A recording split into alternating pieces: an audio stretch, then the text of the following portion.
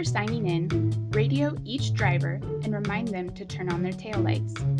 Then, write down each car's approximate fuel level and mileage. Next, sign in to Google Voice, the system we use to receive calls and texts. Please respond to all texts within 5 minutes of receiving them. Inform the on-duty program leader right away if any volunteers don't show up for the shift.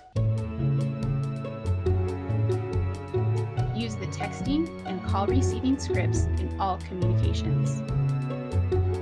When telling a passenger how long they'll have to wait for a ride, slightly overestimate the wait time. Then, record all listed information for each passenger in the dispatch log. Help the drivers navigate through Pullman and remind them of the maps and resources binder in each car. Drivers may use their phone's GPS as long as they pull over to the side of the road to program it. After a driver arrives at a pickup location and radios you this information, notify the passenger. If a passenger doesn't arrive within 5 minutes, call or text them again. If they don't arrive within 5 minutes of the second notification, then mark that person as a no-show and give the driver a new passenger. The only time a driver should wait longer than 10 minutes is if the passenger has trouble finding the car or is on their way.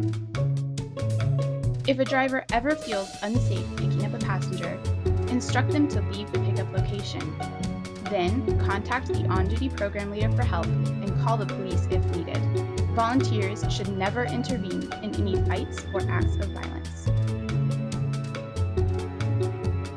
Please fill out the shift review thoroughly.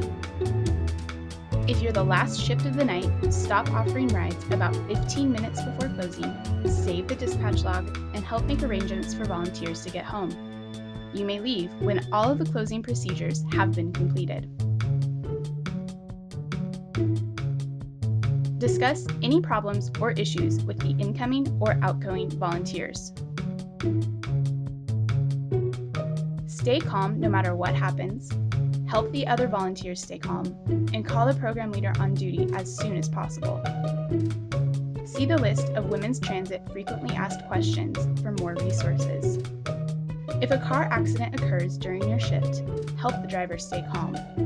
Instruct him or her to park the car and wait inside with any passengers until the police arrive. Then, call the police and the program leader on duty immediately so that they can both come to the scene. Follow the steps described in the Car Accident Procedures resource and then complete an incident